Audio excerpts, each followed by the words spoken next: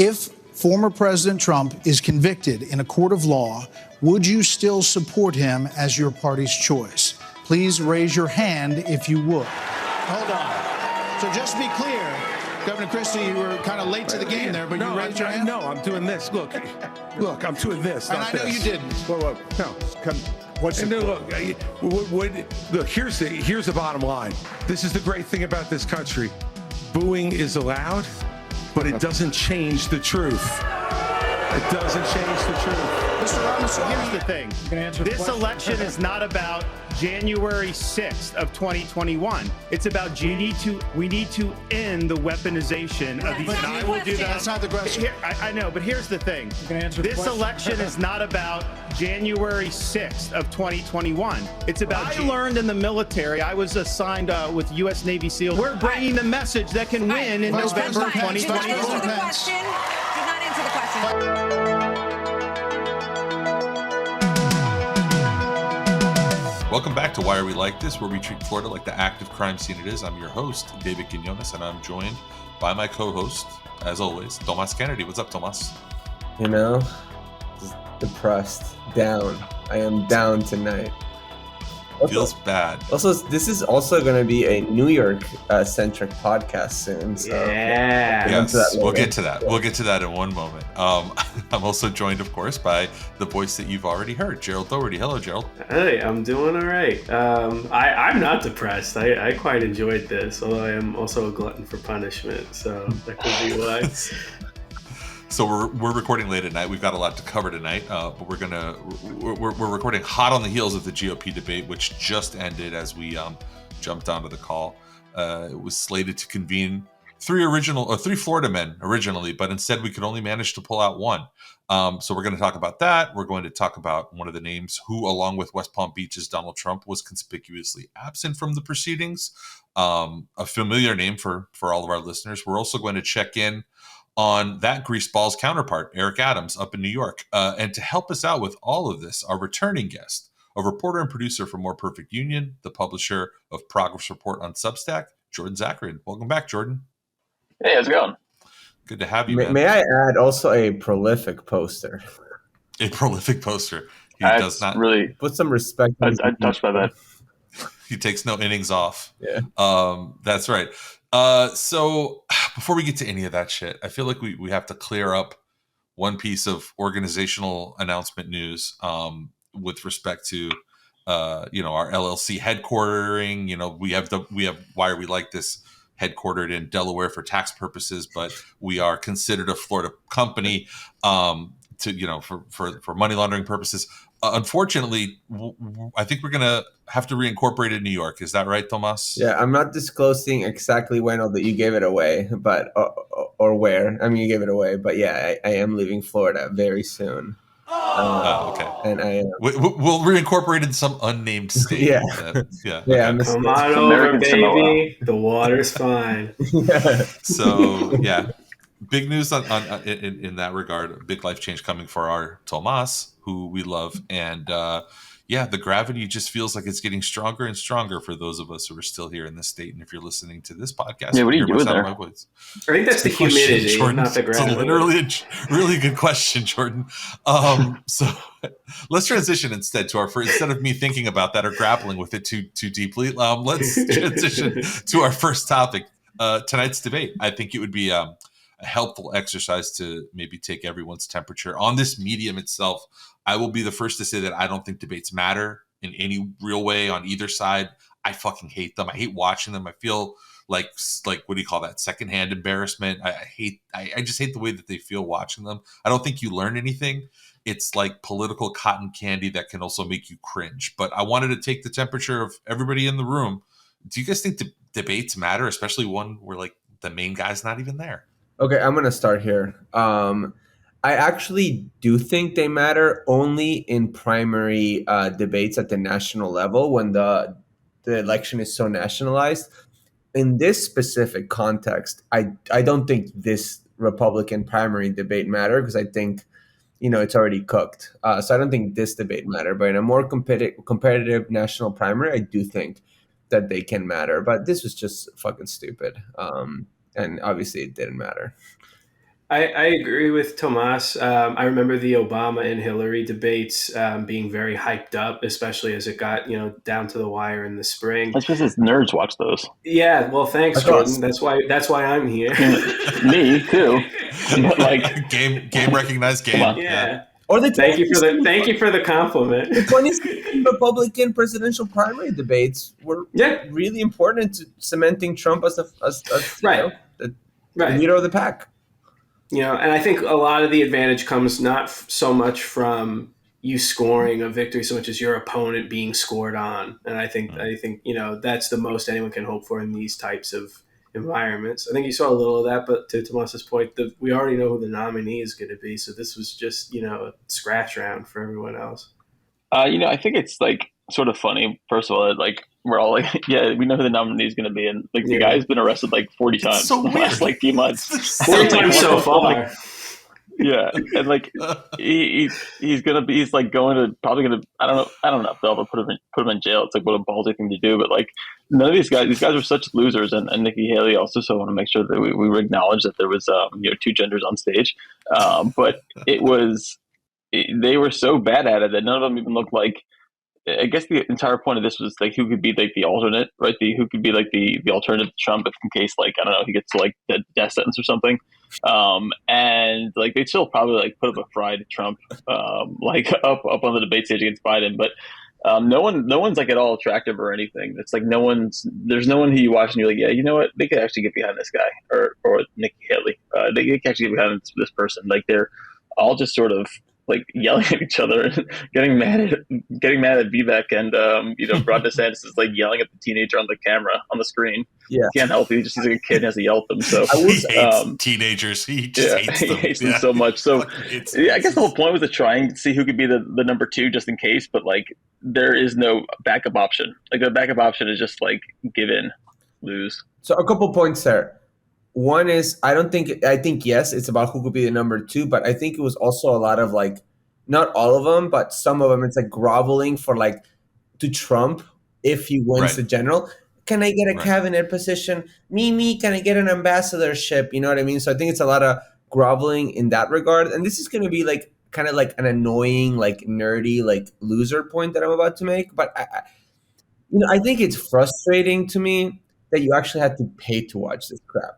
That you actually couldn't live stream it for free, on that it's not in like just some like public like non-cable TV station. Like I think it's like a real symptom of our we got a cord cutter over here democracy that like the public can't watch these debates unless they are subscribed to like a live streaming service or a cable news like like paid like package. And again, this was garbage and nothing of substance was said, and the public is actually probably better off not watching it. But in principle, in like a functioning democracy, I think we would like, like we would have a substantial like debate of ideas that the public can just watch debate for free. And that's very like aspirational, and kind of like, I don't know, naive of me. But I just, just trying to watch. Well, yeah, this is what happens. But not to off like bro, I had to get off-road us too much. But like it's the most perfectly American story in the world is that we had public broadband forever, like public broadcast space forever, and then we sold it off. Sold it off and made it where you couldn't just grab over the air signals anymore. I had to get a free trial to some fucking streaming service called Fubo TV that I've never heard of, that I'm about to Oh, you're a Fubo boy now? Immediately after this podcast, I'm about to cancel just to watch this crap. Are you allowed to cancel it? I'm not sure you can. I think it's just one of the things that sticks with you. It's like a parasite. It's 7 days. You have like 7 days to cancel it, and then you'll never be able to cancel it again. It's like a fucking monkey's paw. It's ridiculous. I was able to watch for free on foxnews.com, but I had to give them my email, and now they have my email, which I would prefer I watched it on Rumble. Yeah. I mean, I'm like it was free. I didn't have to sign in or anything like that. It's just there. I don't have Rumble, but like it was just on the home page. Like they extract profit from even watching this fucking garbage, bro. Like it's crazy. I mean, the way the opening was like WrestleMania. Like if you watch it, the opening 5-10 minutes, it was like it was like a pay-per-view more than anything else. Yeah, it was like football's back, baby. Yeah, it was like Thursday nights. Yeah, and here's the junior varsity. Gerald, what position do you put Vivek in Trump's cabinet? None. He's not getting a cabinet. But that's the best thing about Trump is he gets everyone's hopes up that if they're nice enough to him, they're going to get a job, and then he yoinks the carpet out from under. If Vivek has no use, if Trump has no use for Vivek, Vivek's not getting anything. He's getting a Newsmax gig at most, and maybe he'll be happy with that. Well, okay, let's stick with Vivek for a second because sure. Yeah, I love this man. I love how profoundly evil this man is. How much they hated him. They hated him so much. Mike Pence was gonna the most man I've ever seen in my entire life. He was as if Vivek was an abortion doctor. He hated him so much. Yeah, he got some emotion out of Pence, which I was like, wow. He got emotion out of Nikki Haley. Nikki Haley was ready to jump across at him too at the mere suggestion that we interrupt any of the billions of dollars of aid. She disciplined him like a child. She was wait until they sit you down and give you the Christie same was talk so they mad. gave me. Yeah. That's the Christie I remember being from New Jersey originally. That's the Christie I remember, growing up. Well, I guess I wasn't in New Jersey when he was governor, but just seeing him on the news all the time, just planting his ass on the beach and just yelling at Obama and I don't know, groveling to Bruce Springsteen and getting mad when he won't recognize him. Just this fire in his belly is back, and Vivek brought it. Vivek brought the fire back. Chris Christie. I mean, there's so much to talk. I mean, there were a few cursed sentences that were uttered that I wanted to just throw out there. One of them was, I don't know if you guys have any of your favorites, but at one point, Asa Hutchinson said, "I built computer science education," and I wasn't really sure what he meant, but it got stuck in a part of my brain, and I can't unlodge it. It doesn't make sense in any way I built computer science education. I don't know what to do with that. I think one of the most cursed lines in the debate, and I think one of the most substantive lines that is not just about all this culture war, talking head, whatever bullshit, was actually uttered by Chris Christie. When he said, they were talking about the deficits in New Jersey or whatever bullshit, and he's like, in New Jersey, we cut pensions, we cut pensions to protect taxpayers. It's wow, that is the Republican fiscal policy, the actual substantive direct impact to working people policy right there. That is their end goal. Just destroy the social safety net, squeeze people as much as possible, and just make as much profit. I was this is the most revealing line of the debate. Well, he said it out loud in a way that Asa Hutchinson, I guess he was there was 14% fewer people working for the state when I left, when I got in there. And if you're a Republican, you can shit on, you can shit on the working class so long as they're public employees because they're a union. And then they usually they have unions and they are decently compensated. Although now lots of states have to start raising the pay again because the private sector is starting to pay a little bit more. But Chris Christie was doing what every Republican governor ever wants to do, and also what Eric Adams wants to do is just take away benefits and cut them and throw them under the bus. And I think Christie, when he was governor, it was also post Great Recession, so they were just able to be oh no, look, if you've been a teacher or a firefighter or someone who worked for the state, then you're just gonna have to drink the sewer water in Newark now. Sorry, and and there were a lot of people who they didn't fill a lot of jobs. It was pretty brutal. And Chris Christie had he was proud of that. And that's the thing that reminds you, these guys are ghouls, right? Because Chris Christie or maybe a Nikki Haley or something go off on Vivek, to go off on Trump, and they're we just can't have a president who doesn't follow the law and the Constitution. We need to thank Mike Pence. And you're all right, yeah, okay, sure, okay. All right, yeah, these people, I get it. They've got something to them. Then you realize, oh yeah, Chris Christie is a fucking ghoul, and he in his own right. Yeah, I think he's the sort of the guy who just stopped the tunnel between New York and New Jersey, just kind of set back, metropolitan commuting for the next 10 years. He's a piece of shit.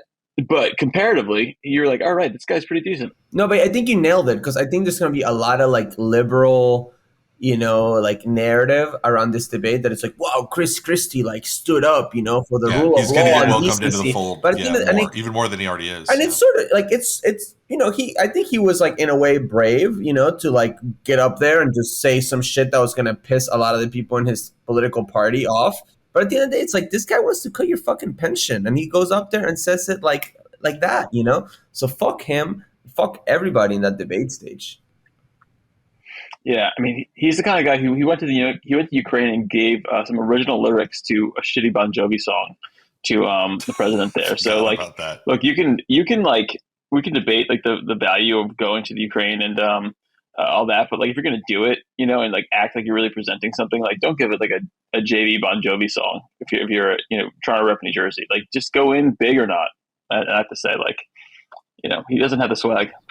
He couldn't get a Bruce lyric. That's a real B level. That's a real B level Bon Jovi song. I think it's it's my life. I think it's a base gift. It's my like. Come on, anything like I think it's a anything before anything post Bad Medicine is like. What are you gonna like? What are you doing? I think. Like, do you want them to win the war or not? Like fuck. Imagine him getting that and he's like, "What the fuck am I gonna do? This? Put it in my camo pants pocket? Put it into my like cargo pants?" I think he heard that Zelensky wanted to do an address at the Grammys and said, "This is the best I can do to like make that happen. Is give him an album." No, I think Gerald that he heard that Putin had stolen the fucking Robert Kraft's Super Bowl ring. It was like, what's the coolest thing I have in my state? Fuck, I guess it's this. Because Springsteen won't answer his calls. Also, okay, not to derail the conversation, but the fact that like the first, I think. Maybe I'm exaggerating, but like for the first 20 minutes of the debate where all the questions were like based off of the lyrics of the Richmond, north of Richmond. Like, oh yeah. Really fucking why do people love this song? We got that and we got a fucking question about aliens, guys. Are you fucking kidding me? Like that's incredible. The first question was Richmond, north of Richmond. And the thing about that is like, I loved when, who was it? Maybe it was DeSantis or some other dumbass. He was like, "That's only 100 miles from D.C." And I was like, "Yes, that's the point. It's about the Confederacy. That's the whole point. The song is about the South and like trying to bring back slavery and celebrating the Confederacy." I don't know why nobody is like acknowledging that. If this was like a song, I guess I don't know, like a Northerner saying about the South, they would be fucking put on a spit roast right away. But no one wants to acknowledge that this is just like. Now, I guess that the warbling redhead is now he's actually no longer based because he's not as racist as they want him to be. I guess he got caught on Twitter saying something that like, "Oh, we like diversity." Yeah, but until then, he was like, you know, I'm really mad at the fat welfare people who are not in the Confederacy. And everyone's like, wow, we got to really think about why this song connects. Tomas, I think that we are a bit remiss because we're about 15 minutes into this, and we've been dancing around the rim of the snack pack fudge hole. Yes. We haven't talked about our main guy, like Rob. Robin Sampras. What I don't know. I was calling him Ron Disappear, but like I feel like I didn't get because that's what happened tonight. He did disappear.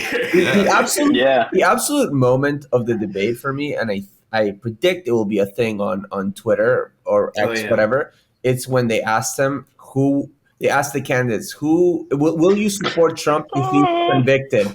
And literally like Vivek and the other like cucks immediately raise their hands, and DeSantis somehow is even more cucked. Literally like looks at Vivek, raises his hand like a full 5 seconds later and raises it like halfway. It's fucking pathetic. Like, yeah. You remember when Ted Cruz, like he made a speech at the Republican convention? Yes. He was like, "Oh," like he was basically saying he doesn't like Trump. And then like later on, like a few months later, like I guess once Trump won, he was like up his butt, basically, like just kissing his ass.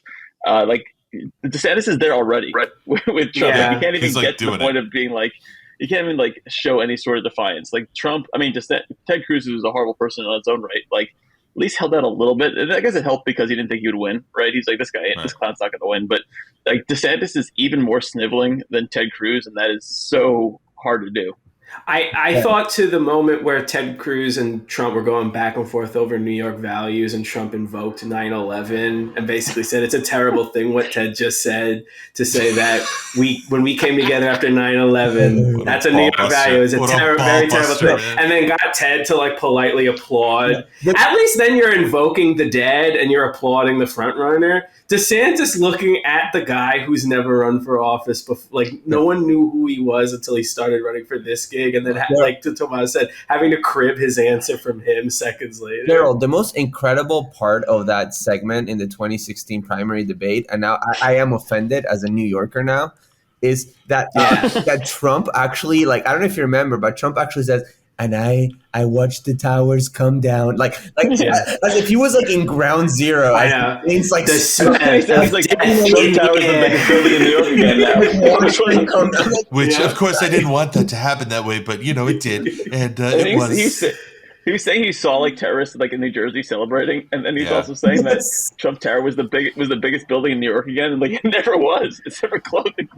He's like, it's unfortunate that Twin Towers fell, but now Trump Tower was the biggest. The Middle Easterners that he saw celebrating on the other side of the other side of the Jersey River are hanging out somewhere today with all the Vietnam vets that got spit on.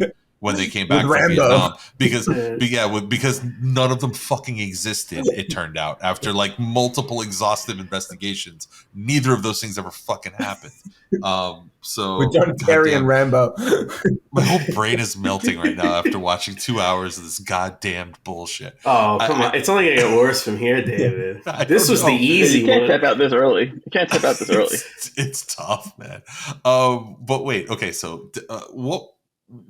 Was there anything that stuck out that even was memorable at all about DeSantis' performance tonight? Or do you think that will this be a thing where we go back and say like how funny that this Pakistani American businessman ended up surpassing him in the poll at one point with all of the resources and name recognition that he had? Because I kind of think that's what's going to happen. I think. Well, you remember when they like brought in? It was an interesting element of this because like the moderators did ask some okay questions, and they didn't like do anything to get answers, but they asked like questions like, oh, I guess that's disrespectful. And then one of them was like they had a kid from like Catholic University who was like 12. He must have been like a Doogie Howser type, and he was like, one of the things my generation cares most about is climate change. Like, can we please not die? Yeah, no. And then so they were like candidates. Are you willing to say you acknowledge climate change is man-made? And like one of them raised their hands and they asked Rob about it, and he just starts yelling at the kid about I don't even know what. He just starts screaming about like the federal government or something like that. I would have loved to see the kid on the other side. They like didn't show him again, but I think he tried to bring it back to indoctrination, like educational or something like that. Right? Like, yeah, it was the media. He's like the corporate media. Yeah. Like, you're on Fox News. That is the corporate media. But how angry he gets at teenagers is so funny. Do you remember at the height of COVID, there were all those students standing behind him wearing masks, and he like gave out to them, being like, "We need to stop with the COVID thing." Yeah. I said it during the debate.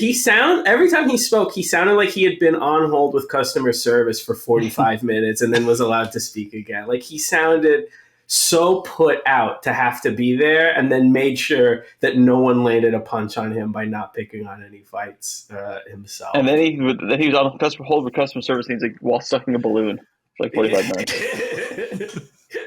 Tomas, does Team DeSantis wish they had tonight back? Would they rather that they didn't even participate in this, or are they doing the bullshit spin where they're like, no, it was great actually, we did really good? Who gives a shit? Who gives a fuck, dude? Like whatever. Like he's gonna lose. I don't. He's gonna lose. It doesn't matter. Fuck him.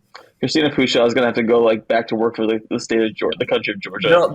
They'll furiously tweet tomorrow, and it's not gonna matter, and whatever. Like the thing is, like remember, speaking of Ted Cruz, remember that fucking photo of him phone banking for Trump? That pathetic photo that everybody was dunking on. What, like 6 years ago or whatever, 7 years ago? That's gonna be DeSantis and all of these other fucking losers that were up there. The Romney at dinner with him. Yeah, doesn't fucking matter. Post-election, in about 4 or 5 months, they're all gonna be like, well, we have to get behind Trump and blah blah. And that's it. Like, I will say this, Tomas. The one thing that's different from 8 years ago, like when you were talking about, the Cruz moment of like acknowledging that the loss of 9/11 in New York. The one thing that's different in the last 8 years is I don't think you would need to do that this time. I don't think in 2023. I think that if a Texan is asked to like respect that 3,000 New Yorkers died, it's a way better political opportunity for him to be like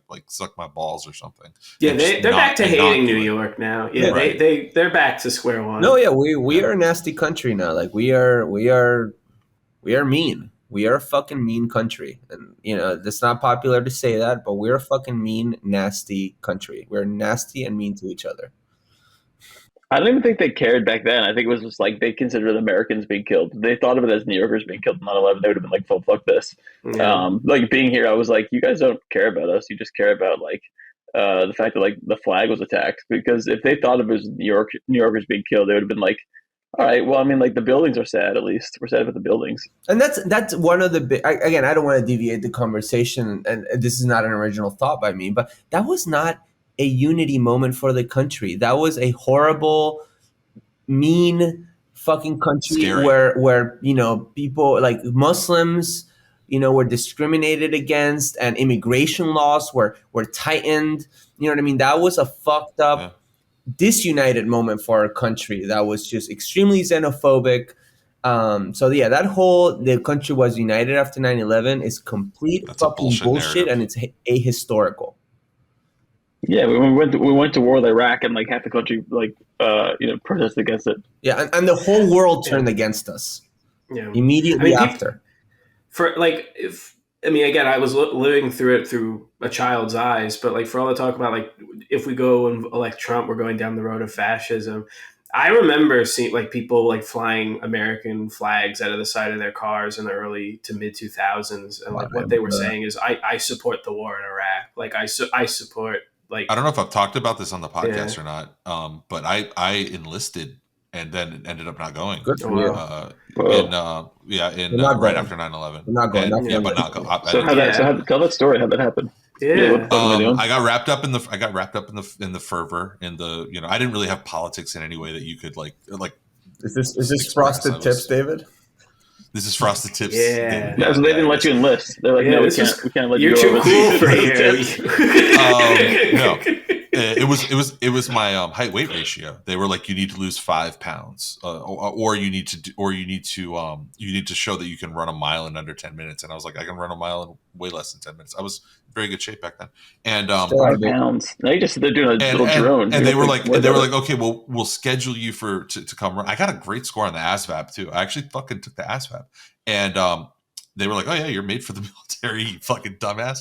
And so I had a thing where I had to like schedule the running, and of typical military clunkiness, it was like, oh, our next one is 6 weeks from now, and I'm like, okay, fine. And in that time I just lost interest, and nobody ever called me back. That's such a the song was pretty cool. Like, read his book. I was 18.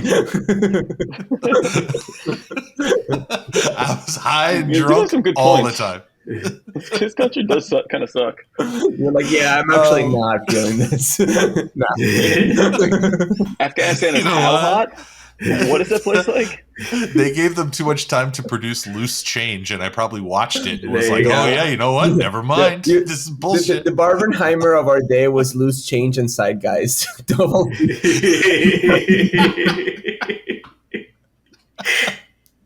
I want to throw out a poll that actually Jordan had tweeted out earlier, I think yesterday, and it's an interesting poll from Siena Research coming out of I have New York. no recollection of anything I tweet, so it could be anything. So this poll is tracking, registered voters in New York, the state of New York, not New York City, and for a potential presidential contest between Joe Biden and Donald Trump. An uncomfortably close 47-34 in the second biggest Democratic stronghold in the country. That's a little concerning. What I find interesting, though, if I'm reading the way that these percentages break out, is under the net favorables, Donald Trump is a -19, which means that there is some percentage of people who are like, I'm not going to vote for. He's not good, but I'm going to vote for him. Yeah. Like, I don't like him, but I'm going to vote for him. Yeah.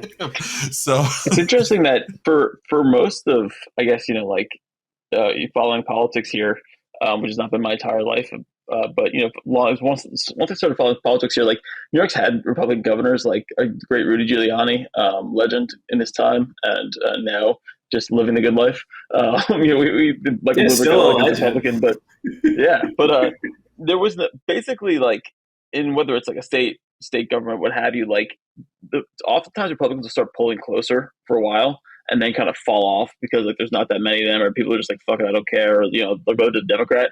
It didn't really happen last year where Kathy Hochul, who was like the worst governor of the country, I've actually Ron DeSantis is a worse person, does worse things, but in terms of being governor for your state, for your party, for even elected to do, Kathy Hochul, by far the worst.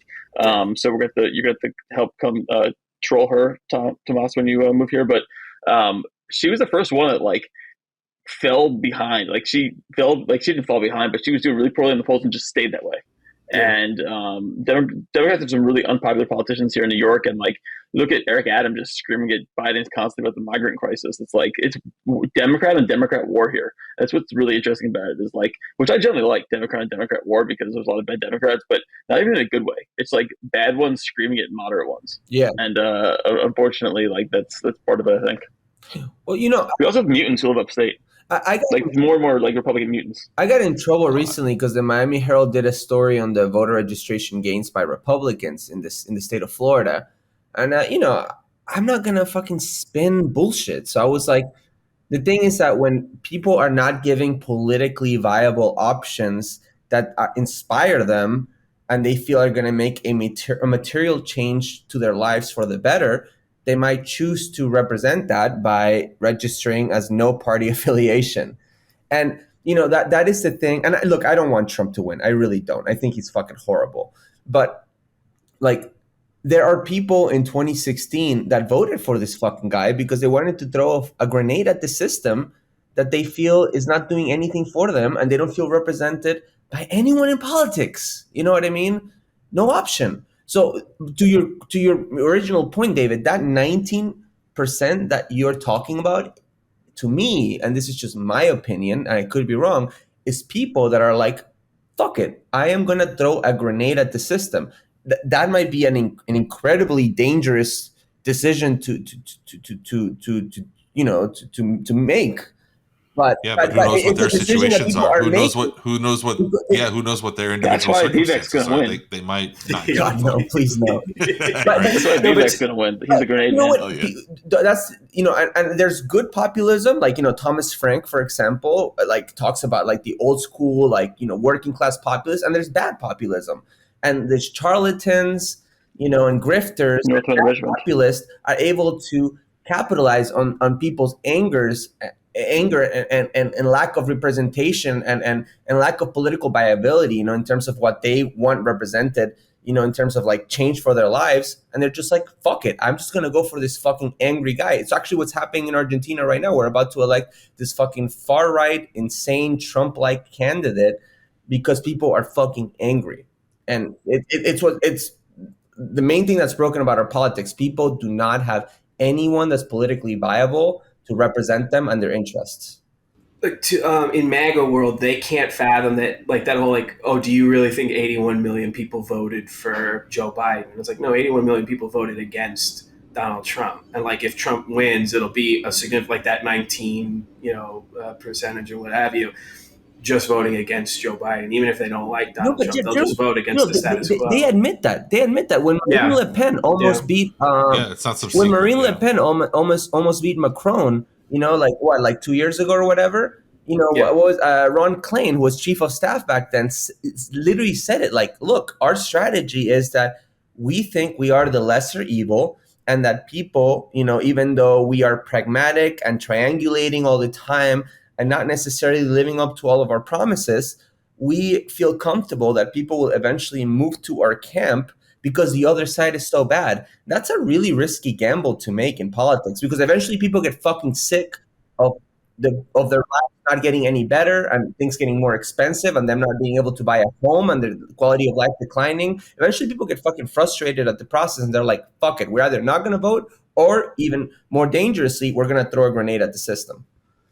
If you look at what's happening in England, and I really only do that because I follow soccer a lot. I don't really care about the politics, but UK, the head of the Labour Party, Keir Starmer, he is the wormiest. Like he makes Tony Blair look like he's a fucking like fire breather. Like he is just the most pathetic, wormy little bitch. And you know, not just how he like threw Corbyn overboard, but like not even pretending to like Biden, you know, like kind of disposed of Bernie, but then like took some of his rhetoric, right, and tried to do a few of the things, and you know, like in his Biden type way. But like Keir Starmer's like, yeah, we just don't really care about trans people. Oh, we just don't really care about unions. Like just throwing everyone under the bus, and like the Conservative Party there is like fucked, right? Like Boris Johnson fucked them. They had like Liz Truss who couldn't outlast the cabbage or something like that. The lettuce, like yeah. the new guy is who's the new guy is so terrible. But the Labor is not like exciting anybody. Like they might win by default, but he's going to be so unbelievably unpopular so quickly because he's such a fucking worm.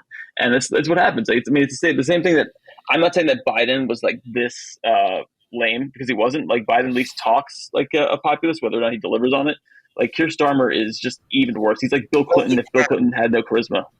He's a ham. He's a smoked ham. And looks like one. I would encourage I can't do the Keir Starmer accent. I like the attempt. I liked it. I hear the. I don't know. It's weird that he's a sir already. I mean, that does not bode well. If you're looking to like a populist campaign, the guy's a sir. Last thing before we move off of the debate, I just want to mention what the actual big guy has been doing. The guy who's actually going to win the election that all of these people he's on with Tucker vying for. He was on with Tucker. I didn't get a chance to watch it. I don't know what the hell was going on. I'm sure it was pre-recorded. But more important than that, I'm going to. I just wanted to bring this up because it's kind of it's interesting to me Yes, I will. having been an observer of like the media behavior during 2016 and looking for echoes of that, and you don't have to look too far. This was from the Political Playbook today. Spotted in Milwaukee, Team Trump whining and dining with a number of top reporters at a steakhouse called Rare and passing out pudding snacks. A swipe at Ron DeSantis, pudding fingers story as well as debate bingo cards to troll the Florida governor. Squares on the card included dismisses polls, wipes snot, red ears, DeSantis. I don't know are these things supposed to happen? Like in this, I don't know, whatever. Flip flops on Social Security again, woke and pudding mention. So yeah, and then they go on to list a whole bunch of media members that were present, and like CNN people. Yeah, CNN people, people that you wouldn't normally think of. But I mean, you should absolutely be thinking that Dana Bash and Shane Goldmacher and all these people were and Bob Costa. They live for that. They live for that feeling of being on the inside. That's all. There's no reason to do what they do for as long as they do it, like at that level, with not advocating for anything, without standing for anything, just being like a cipher.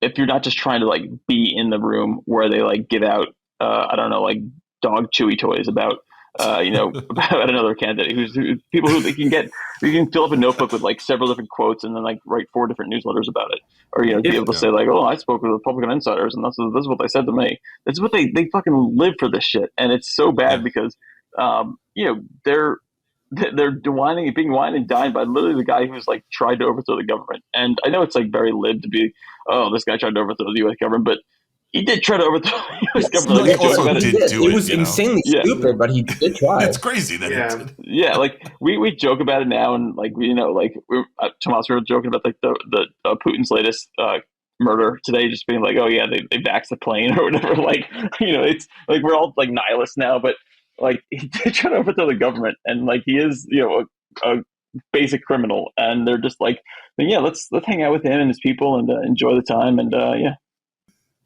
He set the bar pretty high. Yes. Wait, guys, what was a stupider coup attempt? January 6th or the Bolsonarista attempt on Brasilia when all the government buildings were closed on Saturday? At least with January 6th, they were in the people who they were looking for were at work. I would have that the Bolsonaro attempt was stupider, even though the January. Well, think about it this way.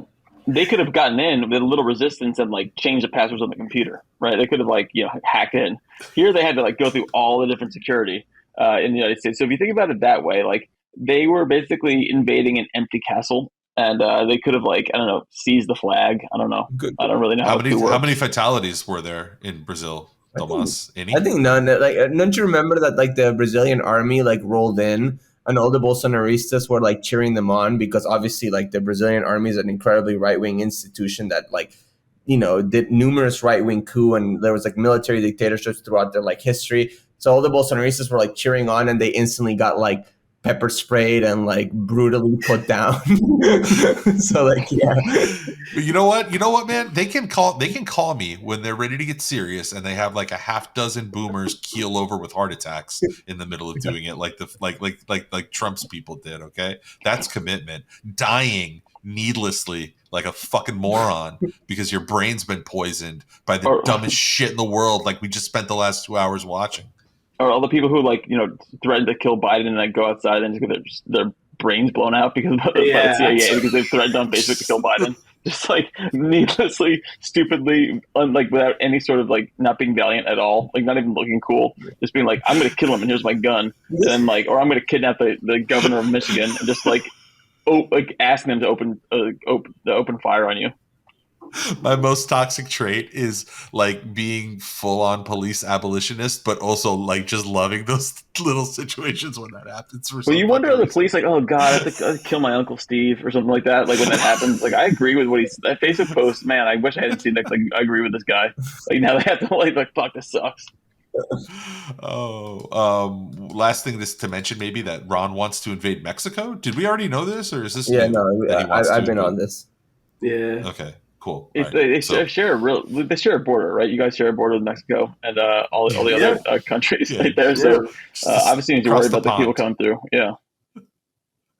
Wait, last thing I'll bring up: Burgum saying that he used to have a job where he took a shower at the end of the day, not at the beginning of the day, and one lonely voice somewhere in the back. I'm gonna have to clip it out and put it in here. One lonely voice of some guy in the back of the room just going, "Woo!" Every job I had growing up was one where I took a shower at the end of the day, not at the beginning of the day. Yeah, the stinkiest teenager in the GOP who also does that. Yeah, I love him. Like you could smell the Irish Spring from this laptop screen. I love him because there's no point of him being there. Like he knows he's not going to win, and he had to like give out millions of dollars just to get on the stage. And like he's fabulously wealthy and became governor of Nebraska, which like I feel like anyone can do at this point. I guess maybe I don't know whatever state, one of the Dakotas, maybe, who cares? But North Dakota. Yeah, North Dakota. The number of people who were in that room were probably the number of people that voted in that last election. So like fuck him, but he's just like an old guy who like made a lot of money, just like going there for fun. He's like, I broke my leg. They said I broke a leg and I broke it too hard. Like he's there. I actually interviewed recently someone who was we're doing a story on now I'm talking about work, but like in terms of labor stuff, right? Like AI, right? And we're talking about how it can impact Hollywood. They're doing the strikes and the actors and writers who are trying to stop AI from taking all their jobs. And I interviewed a guy who is a background actor and does a lot of Law and Order shows and stuff like that. He's a former cop or detective or something, and he's just like, "Fuck it, I don't care. I'm retired. I just get paid. I show up. It's fun for me. I don't care what happens." And it reminded me exactly of that. Burgum is just this dude who's like, this is like fun for me. I get to like show my grandkids that I'm on the stage with like all these losers, and I got a tan, and yeah. So he's going to put the picture of himself on the debate stage on his refrigerator where his grandkids will see it, basically. Yeah. He's going to make it his Facebook profile, and then he's going to be pissed that his like grandkids aren't on Facebook. That is the digital equivalent of a refrigerator these days. His Facebook profile and his cover photo, and it's going to be the same picture. Yes. He's going to try and make it his photo on his iPhone, but he won't know how. It's just going to be like his upper torso, like cut off. And you'll click his profile and you'll see at the top, you can see how many bars of battery he has left and all of his notifications from his other apps at the top. And you're just going to see the bottom half of his slogan, like, with us together. And you're going to be like, wait, what is the slogan? He's going to be shuffling around and like taking his iPhone and showing like little clips to people. And like, we know we watch it. You forced us to watch it. You're the governor. And he's just going to be showing everyone. He's going to be like the Olive Garden and the one Olive Garden in North Dakota and like showing the waitress. I still think that the worst campaign slogan of this GOP primary so far is definitely Suarez's, which reflects the performance of his campaign. It's time that we get started. It's time that we get started. It's time that we get started. Can you imagine, like, man, I would have loved. Can't argue with it. I would have loved to have been a fly on the wall during that meeting with the consultants when they like the other ones PowerPoint with like a focus group, and they're like, "Mayor, it's time that we get started." And he was like, "I love it." I think he came up with that one. Like they gave him lots of like normal options, and he's like, "No, let me tell you how to." Yeah, you're probably right. That's what I say every day at the gym. It's To my trainer who hates me. It is a procrastinator slogan. It is the "I have to clean my apartment on a Sunday" slogan. It's time that we get started. I hear it in a completely different way. I hear it in like a Cuban, Caribbean, like Puerto Rican kind of like bullshit. Your uncle who's full of shit, and you're like trying to ask him where the money is that he owes you, and he's just like, it's fucking, it is what it is, bro. I don't know what to tell you, like kind of shit. That's the way that I'm reading it. It's and just because of him, considering the source, like I feel like it started at what? Like there's no aspirational thing there. Like there's obviously like us. There's all we can do this together. What are we doing? Dumb things, but like it's not even like there's no aspirational. Just getting started. It started at what? It could be anything. It could be like cooking the chicken. It could be like literally getting started at anything. Take out the garbage. You know what is to get started? Sending me my motherfucking gift card. I donated the fucking $1 and I still haven't gotten my $20 gift card. I'm gonna fucking. So he just gave me $20 in Miami coin. Tomas, it was $20 in Miami coin. Sorry. So which is like technically nothing. You can put it that way, yeah. Tomas, thank you for elegantly segueing us into our next topic, which is our mayoral roundup. And we wanted to check in on a pair of mayors who lead the only cities that actually matter in their respective states. Those, of course, are New York City's Eric Adams and Miami's maybe erstwhile presidential candidate, Francis Suarez. Age goes before beauty, so let's begin with Eric. Haters become my waiters. Adams. Jordan, I was wondering if maybe you could help us out a little bit. Give us a quick update on the current occupant of Gracie Mansion, standing with his constituency, and his arm. Yeah, when you can you draw heavily from that New Yorker article that you sent me? Which, by the way, I read it all. It was so long. It was fucking incredible. Eric Adams. I generally think if it weren't for Trump being out of his mind and normalizing it, Eric Adams would be world famous for being a fucking kook. He is out of his skull.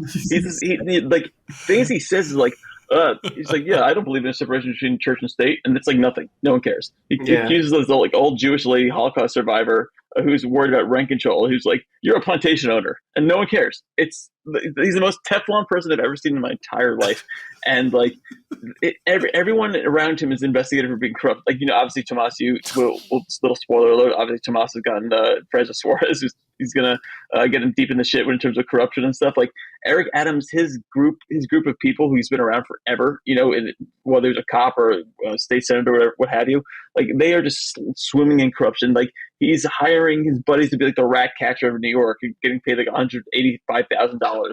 And the FBI's investigating him. They're all being indicted. There's one guy who was leading a church.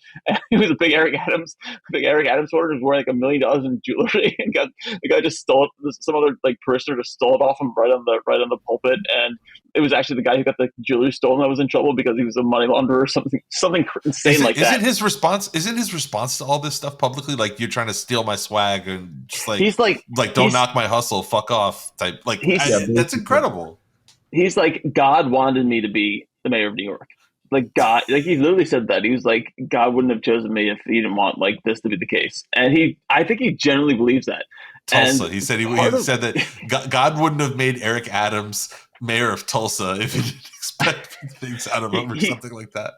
Right now he's in Israel, speaking of God, and he wears this quite often. So he wouldn't get it especially for the trip, but he has a bead bracelet. You might make people might make it summer camp, and it says "hustle" on it. And this is the mayor of New York City, and so there's a photo of him or a series of photos of him at the Wailing Wall, the Western Wall in Jerusalem, like the most holy site for Jews, Muslims, Christians, like the big three, if that's what you want to call it. But which is not the big three, it's what about Hinduism? What are you talking about? Yeah, that's what I'm saying. The big three in terms of in that area. Give Tom Cruise a chance, all right? Yeah, right. Yeah, the big three in that they call Israel Holy Land. New York City. Yes. Yeah. No, in Jerusalem. But yes, the big three in Jerusalem, like he's at the Wailing Wall putting in some sort of like message, and who knows what it said. It probably said like invest in crypto or something. And in the Wailing Wall, and he's got his bracelet that says hustle on it.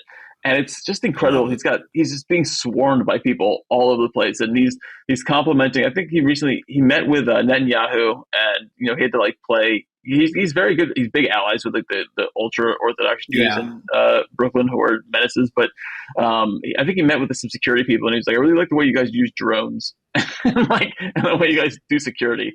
And like no one cares. Like he's like, yeah, I really love the way you guys jail Palestinians. And speaking of, I'm born Jewish, so I can say this without being accused of knocking Eric Adams' swag. But his performance is like cutting library hours, just cutting education, just not allowing the 3K, which is like the biggest deal of our boy De Blasio made happen, just not filling seats. Like he is the worst, and yet he's like sucks the air out of the room, and no one will challenge him. And I'm working on it. He wants to come here and help me work on it and find some challenger, because life in the city sucks right now because of whether it's prices or real estate and those things. And he's done literally nothing. All he does is run to crime scenes or do flag raising. I think he's done like 47 different flag raisings for different ambassadors. This guy loves being mayor. He loves the performance of it. He loves to perform mayor. Yeah. He's a Trump.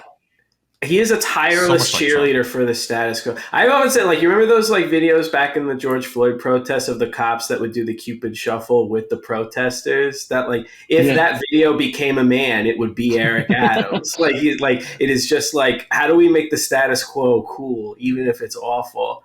Like you said, he's in Jerusalem. If I remember correctly, didn't he say long before I think he was even elected mayor, he wanted to retire in Israel? He could be out looking for his next home, it sounds like. I think he should do it. I think honestly, he should work remotely. He should go there, stay there. Yeah. Among the most awful things, I do think this was the one thing that I'd say knocks his Teflon reputation down a bit, was when he was referring to homeless people as a cancer and saying you need to go to the root of the cancer and heal that way. Nothing happened. Even if you take that analogy, I mean, even if you just bypass the sheer inhumanity of it, you would think that would mean bringing down the cost of housing, pushing for social housing, trying to increase services for homeless people. I didn't know what a nightmare homeless shelters were in New York City until I saw pieces of what life was like for homeless people during COVID in New York City. I mean, it's just awful.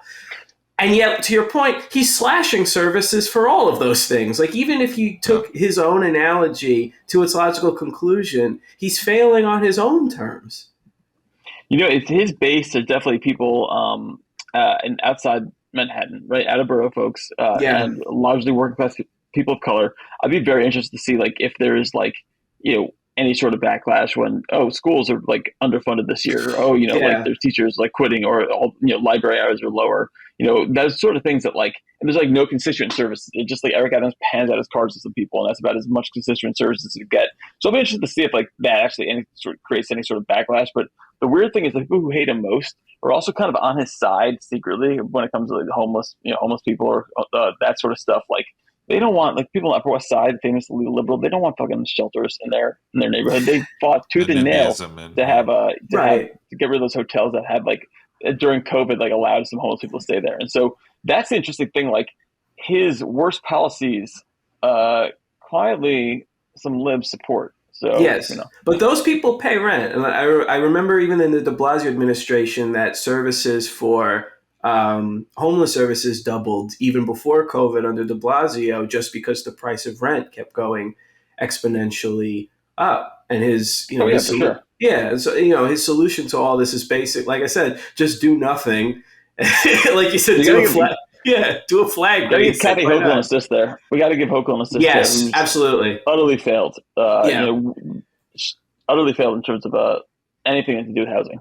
Not just fail. I mean, I live up in Rockland County, where they were basically trying to bring some people. I believe who were undocumented up here. I think about 200 to a motel pretty close to the border of Orange County, and the most nefarious like just describing them as like single males, unidentified or whatever, like basically trying to create the threat of like sexual violence upon the women folk if these undocumented people were allowed to be here. The people who do the most rapes. Right, and Kathy Hochul, all the scary adjectives. And Kathy Hochul didn't lift a finger to defend any of these people. I mean, Kathy she's Hochul, just terrible. She's awful. She is honestly, and I call her, and I've said this before, worst governor in the country. She is by far does nothing except like she would. There's a law right now that would like stop, basically create some transparency for all the LLCs that own like every single apartment in New York City and like and in the state, basically every single every single rental home. And it was passed by the legislature. She just does not give a shit. She would rather like if she's got an adult daughter. If her child was like a kid right now, she would sooner sign like a loss of custody. She'd give away custody before she signed that. Can you imagine how many people that own those LLCs, the people behind those LLCs, how many people she answers to? I mean, Rebney? Oh my god! Yeah. Oh my god! Like absolutely, those are the people that write her that write her ticket anywhere. The $1 billion that she gave. The only big thing she did last year was $1 billion to the Buffalo Bills Stadium that her husband happens to benefit from. And we've got a decent like progressive group here in New York City, but there's definitely some like self-immolation there in terms of like the mayors and all that stuff. Like the mayoral election was sort of a disaster for Manhattan for progressives, and obviously what you call it, our Jumaane Williams, a great hope for running for governor, just flamed out. But it's just didn't campaign.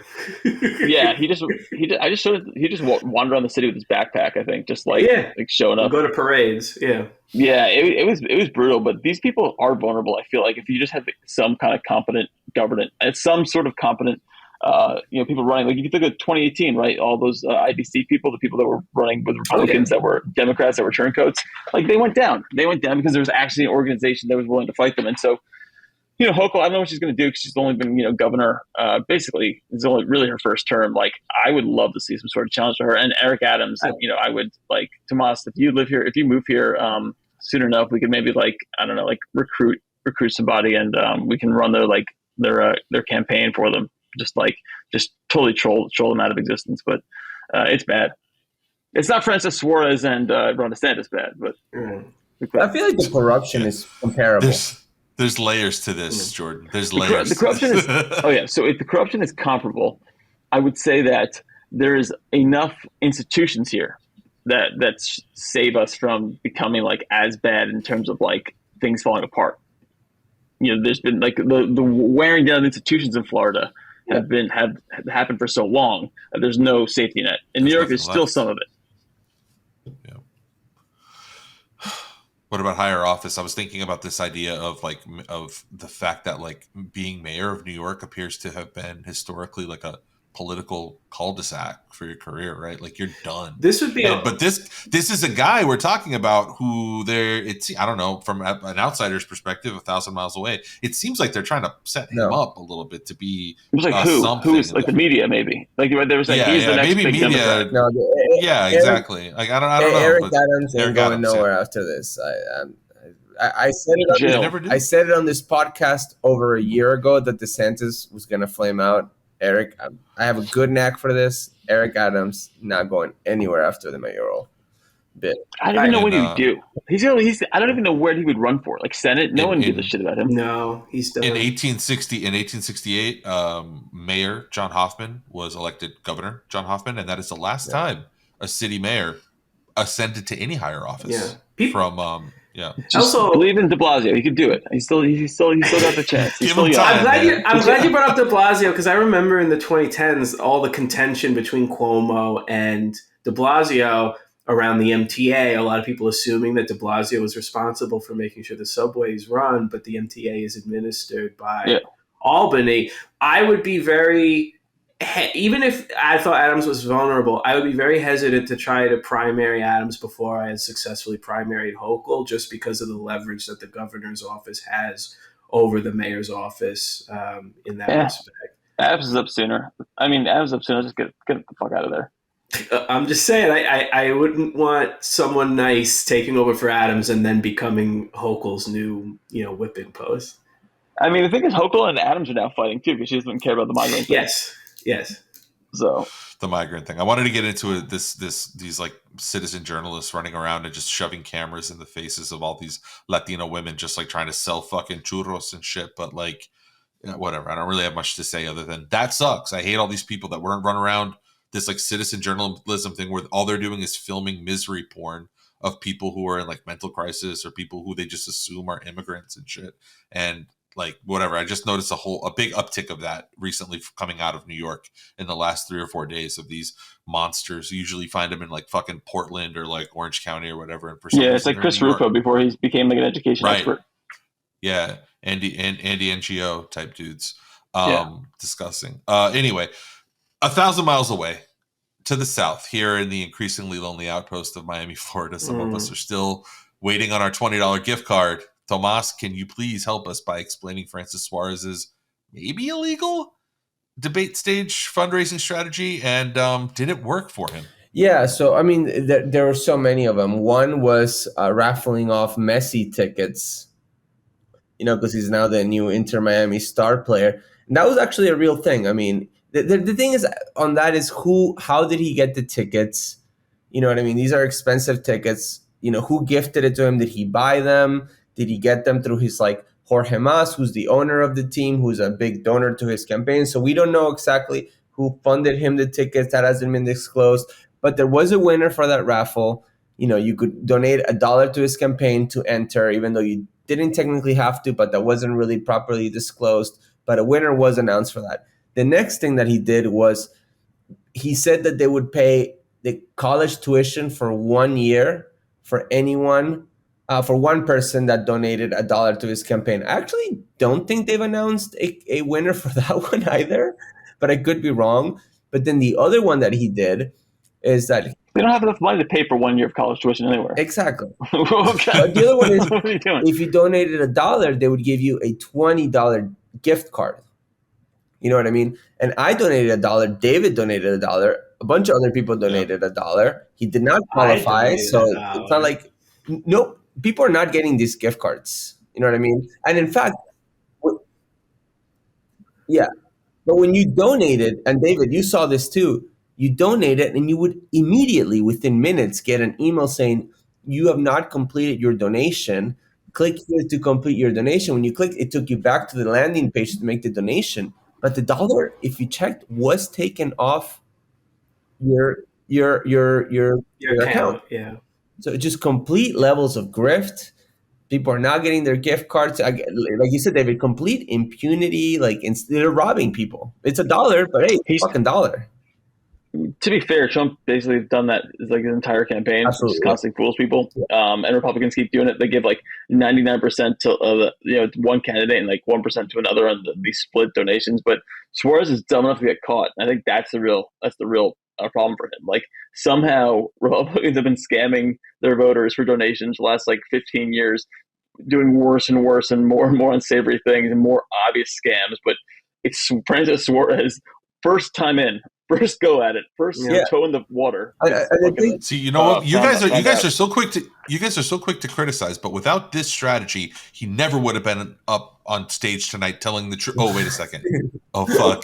It didn't even fucking work because he couldn't even manage to muster a point on a fucking of this complete thing. And then the other thing which we filed the ethics complaint about is that there's real clear gift rules in terms of public officials and entities that have business before their jurisdiction. He accepted 2 tickets worth $30,000 to Formula One. He had 90 days to pay that back. Didn't properly disclose it really, but then he did. It was unclear whether he paid it back. There was a Herald story about it. He said he paid it back, never produced the receipts. They have 90 days to pay this money back. The 90 days are up. He still hasn't produced the receipts. He still hasn't proven that he's paid back the money. The person that gave him these $30,000 2 tickets for him and his wife is Ken Griffin, the CEO of Citadel, who has several development luxury projects before the city of Miami, like complete illegality. You know what I mean? And then even if you take it at face value that this guy, who's mayor of Miami, was going to pay those tickets back, he makes $120,000 a year, right? And he says, "Oh, I'll just pay back this $30,000 ticket, no problem." I mean, what the fuck? Where are you getting the money from? And then, it just came out that he's under FBI investigation for accepting $170,000 payments from a developer to fast track, these luxury developments in the city of Miami. They were emailing the mayor's office, which is all public records, saying, "Oh, thank you for your assistance. We were held up by over half a year by code enforcement, the zoning department. Thank you for getting this through." I mean, just complete illegality. Back in the day in Miami, people would pick up the phone for things like this and do this via phone, so there would be no written. Listen, a civilized country. There used to be honor and respect, society, right? But now they just don't. They don't give a fuck. And we've talked about this before, guys, in the podcast. The state attorney hasn't prosecuted a public corruption case since she was appointed when Janet Reno went to work for the Clinton administration in 1993. So they know that there's no one, prosecuting cases. They don't give a fuck. They're just emailing, on their actual government emails, knowing that it's all, subject to public records requests. They don't give a fuck. But I think this time he pushed too hard. And the thing is that the ethics commission at the state, it's controlled by the DeSantis administration. And these people don't like Suarez either. So, I think he's pushing a little bit too hard and acting with a little bit too much impunity on this one. Does he have a golf simulator? That's the real question. Yeah, hey, we just made a video on it, Jordan. I mean, it's not like the governor is, has his hands clean in terms of accepting, unethical gifts either. I mean, they all do this shit, but again, there's no one actually applying the law. What is the purpose of a law if there's no enforcement of the law, right? It's just bullshit. And that's what we have in Florida. Great stuff. That's why I'm moving, David. You should come in. Two middle fingers up as you walk out of the room. He's taking it at the mayor. He's got his head on a spike. He's coming up to New York and leaving Miami better off than he found it.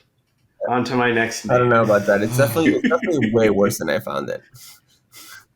All right, well, you're opening up the opportunity. Yeah. It's like when you defeat the bad guy. Yeah, you defeated the Darth Vader. Back when I moved in 2000, we had a Department of Labor, and that was dismantled by Jeb Bush.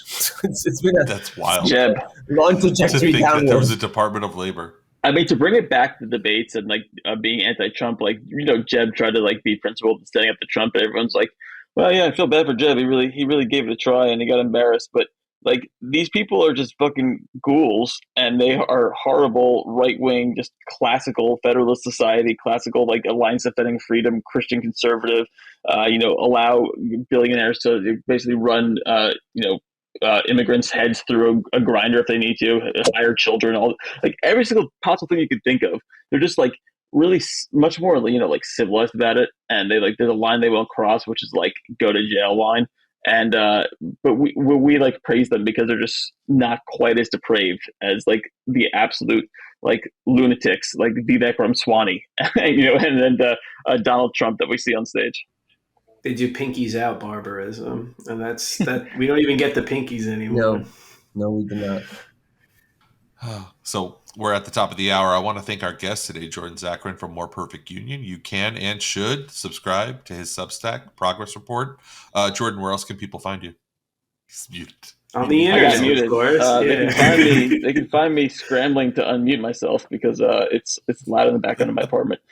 They can find me. Do we say I'm not going to call it X? I'm just not going to do it. I keep reading New York Times or come on. The website X, formerly known as Twitter. In this house, we say Twitter. Yeah, they posted it on X, formerly known as Twitter. We're not going to do that. No, you can find me on Twitter. Tomas said I'm a prolific poster, and I think that's far too generous. But I'm trying to wean myself off, but it'll never happen. More Perfect Union, my Substack, Progress Report. I don't know. Come to New York, follow Tomas, and you'll find me. Yeah, Exodus out of Florida. Let's all fucking leave. Sounds good. That's right.